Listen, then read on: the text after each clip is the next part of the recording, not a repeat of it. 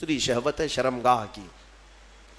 یہ نہایت ہی خطرناک ہے جو زنا تک لے جاتی ہے، اور یہ شرمگاہ کی شہوت انسان کو تباہ و برباد کرتی ہے. حدیث رسول ہے، میرے آقا صلی اللہ علیہ وسلم نے فرمایا جو زنا کرتا ہے اس وقت اس کا ایمان اٹھا لیا جاتا ہے. ایمان کے ساتھ کوئی زنا کر ہی نہیں سکتا، ایمان کی حالت میں کوئی زنا میں مبتلا ہو ہی نہیں سکتا. جس وقت وہ زنا میں مبتلا ہو اس کا ایمان اٹھا لیا جاتا ہے. یہ اسلام میں سب سے سنگین جرم ہے، سب سے بھیانک گناہ ہے. بلکہ بعض حدیثوں میں ہے کہ جب کوئی اجنبی مرد اور اجنبی عورت جن کا کوئی اسلامی تعلق نہیں ہے، رشتہ نہیں ہے، وہ جب تنہا ہوتے ہیں اور خواہشات نفسانیہ ان کی ابھر آتی ہیں، شہوت باہر آتی ہے، تو اللہ کا عرش بھی ہلنے لگ جاتا ہے. اتنا بڑا بھیانک گناہ ہے. اللہ تبارک و تعالی سخت ترین عذاب ان لوگوں کو دے گا جو زنا میں مبتلا ہیں. بلکہ ایک روایت یہ ملتی ہے قیامت کے دن وہ لوگ آئیں گے جو زنا میں مبتلا تھے اور انہیں ننگا لایا جائے گا، اور ان کی شرمگاہوں پر لوہے کے سلاخوں سے فرشتے آگ تپا کر کے داغ رہے ہوں گے. ان کی شرمگاہوں کو، وہ عورتیں ہوں یا مرد ہوں، ان کو تپایا جا رہا ہوگا، اور اس کی بدبو اس قدر سخت ہوگی کہ پورے اہل محشر ان سے پریشان ہو چکے ہوں گے. ان کے شرمگاہوں سے بدبو بہت تیز نکلے گی. یہ وہ لوگ ہوں گے جن کو بھرے محشر میں بتایا جائے گا کہ یہ لوگ اپنی شرمگاہوں کی حفاظت نہیں کرتے تھے، یہ زنا جیسے گناہ میں مبتلا تھے. میرے عزیزو، قرآن کیا کہتا ہے؟ وَلَا تَقْرَبُوا الزِّنَا. تم زنا تو دور کی بات ہے، اس سے قریب تک بھی مت جاؤ، قریب تک بھی مت جاؤ. قریب جانے کا مطلب کیا ہے؟ آنکھوں سے، اور اس کے بعد زبان سے. انسان یہاں سے قریب ہوتا ہے. ایک اجنبی مرد کسی کو دیکھتا ہے، عورت کو، یہاں سے شروعات ہوتی ہے، پھر بات چیت کرتا ہے، یہ ڈبل شروعات ہے. اور اسی سے میرے مولا نے قرآن میں روکا ہے. تم اگر ابتدا میں ہی اگر رک گئے تو بڑے بھیانک جرم سے بچ جاؤ گے. اور زنا کرنے والے پر 15 عذاب ہیں. 15 عذاب، 5 دنیا میں دیے جائیں گے، 5 قبر میں، اور 5 قیامت کے دن. 5 جو دنیا میں دیے جائیں گے وہی سخت ہیں کہ اس کے چہرے کا نور ختم کر دیا جائے گا، اس کا رزق ہٹا دیا جائے گا، اس کی اولاد سے صالح اولاد ختم کر دی جائے گی، نسل خراب ہو جائے گی. زنا کے جو 5 عذاب ہیں دنیا میں وہی سخت ہیں. چہرہ بگڑ جائے گا، با رونق نہیں ہوگا، چہرہ بے رونق ہو جائے گا، رزق میں کٹوتی، بے برکتی آ جائے گی. ان تمام چیزوں سے مومنین اپنے آپ کو بچائے رکھیں. یہ سورہ مومنین ہے. اور اس کے بعد سورہ نور کی ہم نے تلاوت کی.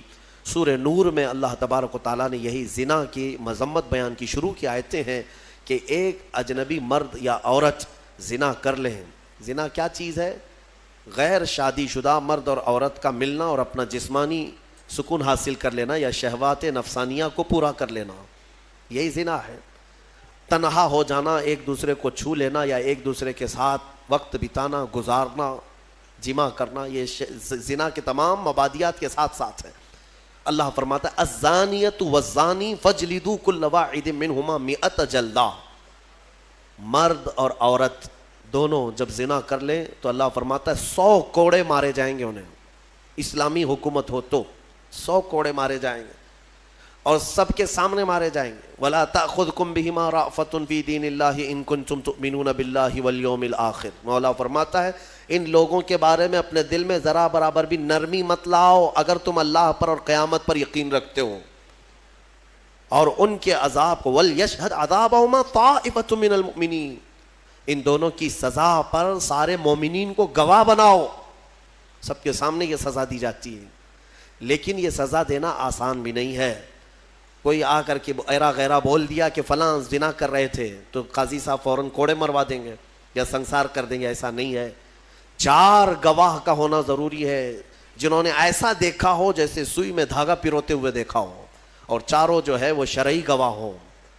ہاں، تب جا کر کے یہ زنا کا ثبوت ہوتا ہے، پھر اس کے اوپر سزائیں ہوتی ہیں. بہرحال یہ ایک بھیانک جرم ہے. اللہ تعالیٰ اس سے ہماری حفاظت فرمائے. اس میں آیت افک ہے. حضرت ام المومنین عائشہ صدیقہ رضی اللہ تعالیٰ عنہا پر بعض منافقین نے الزام لگایا تھا. غزوہ بنو مستلق ایک غزوہ جس میں حضور گئے تھے، ساتھ میں ام المومنین بھی گئی تھیں. حضور جب بھی جہاد پہ جاتے، غزوہ پر جاتے، تو کوئی نہ کوئی حضور کی ازواج مطہرات میں ساتھ میں آپ کے ہوا کرتی تھی. اس غزوے میں حضرت عائشہ ساتھ میں تھیں. واپسی میں جب رسول کریم صلی اللہ تعالیٰ علیہ وسلم مدینے کی طرف آ رہے تھے، رات کو ایک جگہ پر قیام کیا، سب لوگوں نے قیام کیا، اور صبح ہونے سے پہلے پہلے کوچ کرنے کا حکم ہوا. حضور پاک صلی اللہ علیہ وسلم اپنے صحابہ سمیت کوچ کر گئے. ہوا یہ کہ حضرت عائشہ صدیقہ کا جو کجاوا اونٹ پر رکھا جاتا تھا، یعنی ایک پوری جھوپڑی ہوتی تھی، اسے اٹھا کر رکھا جاتا تھا، اٹھا کر کے پھر اتارا جاتا تھا زمین پر، تو وہ نیچے تھی. حضرت عائشہ اس میں بیٹھی نہیں تھی، ان کا ایک ہار کہیں چھوٹ گیا تھا، وہ ڈھونڈنے کے لیے نکلی تھی.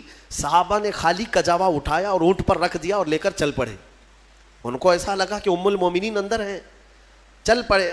سفر بہت لمبا ہو گیا، صبح کا وقت تھا، حضرت عائشہ چھوٹ گئی پیچھے راستے میں. ان کا کھویا ہوا وہ جو ہار ہے اس کو تلاش رہی تھی. ہوتا یہ تھا کہ قافلے میں پیچھے ایک صحابی آیا کرتے تھے جو گرا ہوا سامان اٹھاتے ہوئے، کافی دور وہ چلتے رہتے تھے قافلے سے. اس وقت حضرت صفوان ایک صحابی ہیں، وہ پیچھے چلے آ رہے تھے. انہوں نے حضرت عائشہ کو تنہا دیکھا تو انہوں نے کہا انا للہ، یہ کیا ہو گیا، حضور کی زوجہ ہیں اور یہ اکیلی کیسے رہ گئیں. تو بہرحال حضرت صفوان نے پورا سہارا دے کر حضرت عائشہ رضی اللہ تعالیٰ عنہا کو مدینے تک ساتھ لائے.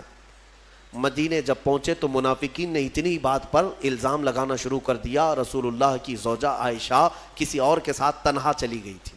معاذ اللہ، یہ بھیانک الزام تھا، تہمت.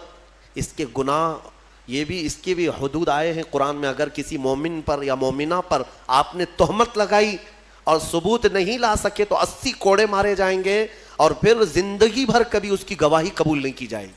وہ مردود الشہادہ کہلائے گا. الزام لگانے والا، تہمت لگانے والا کسی پر.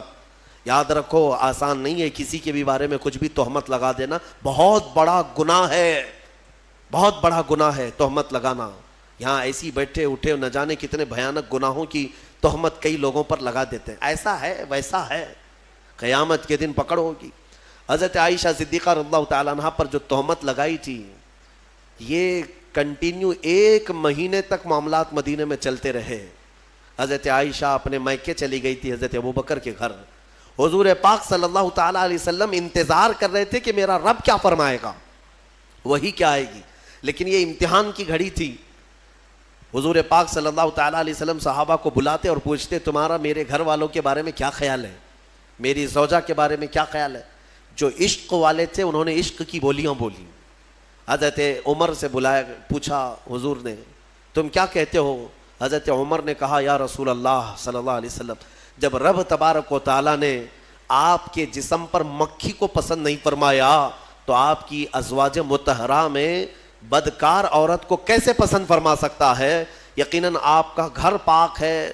اللہ تعالیٰ نے آیت تطہیر میں فرما دیا کہ محبوب ہم نے آپ کے گھر کو ہر برائی سے پاک رکھا. حضرت عثمان غنی نے بھی اسی طرح کی بات کی. کہا یا رسول اللہ صلی اللہ تعالیٰ علیہ وسلم، رب تبارک و تعالیٰ نے ہر علائش سے آپ کو پاک کیا ہے، تو آپ کے گھر پر اور آپ کی بستر پر اگر عائشہ کے اندر کوئی عیب ہوتا تو اللہ کبھی بھی اس چیز کو پسند نہ کرتا، بلکہ عائشہ کا نکاح اللہ کی مرضی سے آپ کا ہوا ہے. یہ چیزیں ہوتی رہیں. پھر 1 مہینے کے بعد اسی سورہ نور میں وہ آیت نازل ہو گئی. رب تبارک و تعالیٰ نے ام المومنین عائشہ صدیقہ کی پاکی بیان فرماتی، اللہ نے بیان فرمائی. اب اندازہ کرو، یہ حضرت عائشہ وہ تنہا زوجہ ہیں میرے آقا کی، جن کی پاکی مولا نے بیان کر دی قرآن میں، اور قیامت تک کروڑوں مسلمان ماں عائشہ صدیقہ کی پاکی تلاوت کرتے رہیں گے. ہاں، حضرت عائشہ کی پاکی کی تلاوت ہوتی رہے گی، قیامت تک ہوتی رہے گی. عزیزان گرامی، یہ آیت عفق بھی سورہ نور میں نازل ہوئی. تو چند آیتیں عرض کر کے میں اپنی گفتگو کو سمیٹتا ہوں. اللہ تعالیٰ نے فرمایا اے ایمان والو، کسی کے گھر جاؤ. اللہ تعالیٰ فرماتا ہے یا ایھا الذین آمنوا لا تدخلوا بیوتا غیر بیوتکم حتی تستأنسوا. اپنے گھر کے علاوہ کسی دوسرے کے گھر میں جا رہے ہو تو سلام کر لو پہلے. ہاں، سلام کر لو، سلام کر لو، سلام کر کے گھر میں داخل ہونا ضروری ہے.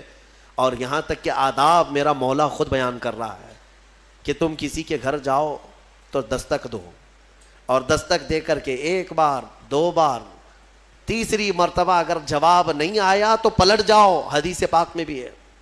ضروری نہیں ہے کہ دروازہ توڑ کے اندر جاؤ گے. ہاں، اور کنٹینیو کھٹکھٹاتے کھڑے ہو جاؤ گے آدھے گھنٹے تک. یہ آداب ہے شریعت کے. اور پھر یہ فرمایا حدیث میں ہے کہ کسی کے گھر جاؤ تو سامنے بالکل دروازے کے نہ کھڑے ہو جاؤ, بلکہ تمہیں دائیں جانب کھڑے ہونا چاہیے. اگر دروازہ کھلے کوئی اجنبی عورت ہو تو تمہارا آمنا سامنا نہ ہونے پائے, بے پردگی نہ ہونے پائے. یہاں تک کہ گھروں کو پردہ لگانے کا حکم بھی میرے آقا نے فرمایا. اور اگر کسی گھر پر پردہ نہیں ہے, گزرنے والے آپ میں سے کوئی ہو, کوئی بھی ہو, اگر مومن گھروں میں اندر نظر ڈالتا ہے کوئی راستہ چلتے ہوئے عورتوں کے اندر اوپر, حضور نے فرمایا گھر والے تیار ہے, وہ چاہے تو پتھر اٹھا کر اس کی آنکھ پھوڑ دے, اللہ سوال نہ فرمائے, اللہ اس کے ہاں اس کا مواخذہ نہیں ہوگا. یعنی یہ بتانا مقصود ہے کہ یہ کس قدر گناہ ہے. گھروں کے اندر نگاہیں ڈالنا, آنکھیں ڈالنا بہت بڑا گناہ ہے. اور یہی چیز اللہ تعالیٰ قرآن میں فرماتا ہے کہ کسی گھر جاؤ, کسی کے گھر جاؤ, اور اگر تمہیں لوٹ جانے کا حکم دیا جائے تو لوٹ جاؤ. یہاں سے میں ایک اس سے تفریق کرتے ہوئے ایک بات یہ بھی عرض کر دوں, کسی کو فون کرتے بھی ہو تو کچھ لوگ جو ہے ایک بار میں 10-20 بار اس کو کال کرتے ہی رہتے ہیں کنٹینیو. یہ بھی آداب میں سے ہے. 2-3 مرتبہ اگر تمہیں جواب نہ ملے تو رک جاؤ. تمہیں یہ تو پتہ نہیں کہ وہ کس حالت میں ہے, نماز پڑھ رہا ہے, کھانا کھا رہا ہے, واش روم میں ہے, بیت الخلاء میں ہے. تم کو تو ایسا لگتا ہے کہ ہمیشہ تمہارے وہ سیوا کے لیے بیٹھا ہی ہے, اٹھا ہی لینا چاہیے. یہ بھی آداب میں سے ہے. علم والے اور اخلاق والے ان چیزوں پر عمل کیا کرتے ہیں. سورہ نور میں اور بھی بہت ساری باتیں ہیں کہ بچوں کے متعلق فرمایا گیا کہ جب یہ عقل والے ہو جائیں تو ماں باپ بھی انہیں الگ سلایا کریں. وَإِذَا بَلَغَ الْأَطْفَالُ مِنْكُمُ الْحُلُمَ, بچے جب جوانی کو آ جائیں, بالغ ہونے لگ جائیں, تو ان کے لیے بھی حکم ہے کہ وہ ماں باپ کے کمرے میں بھی آئیں تو اجازت لے کر کے آئیں. ایسے نہیں کہ ڈائریکٹ گھس جائیں. بچے جب شعور والے ہو جائیں ان کو یہ سب آداب گھروں کے سکھائے جائیں کہ گھر میں آنے کے آداب کیسے ہیں. ماں باپ اگر تنہا بیٹھے ہیں تو بچہ کیسے آ جائے گا, وہ بھی دستک دے کر کے آئے, اجازت لے کر کے آئے. یہ بچوں کو تعلیم و تربیت دی جائے. اللہ تبارک و تعالی ہمیں اخلاق حسنہ عطا فرمائے, رسول کریم صلی اللہ تعالی علیہ وسلم کے اخلاق پر عمل کی توفیق عطا فرمائے.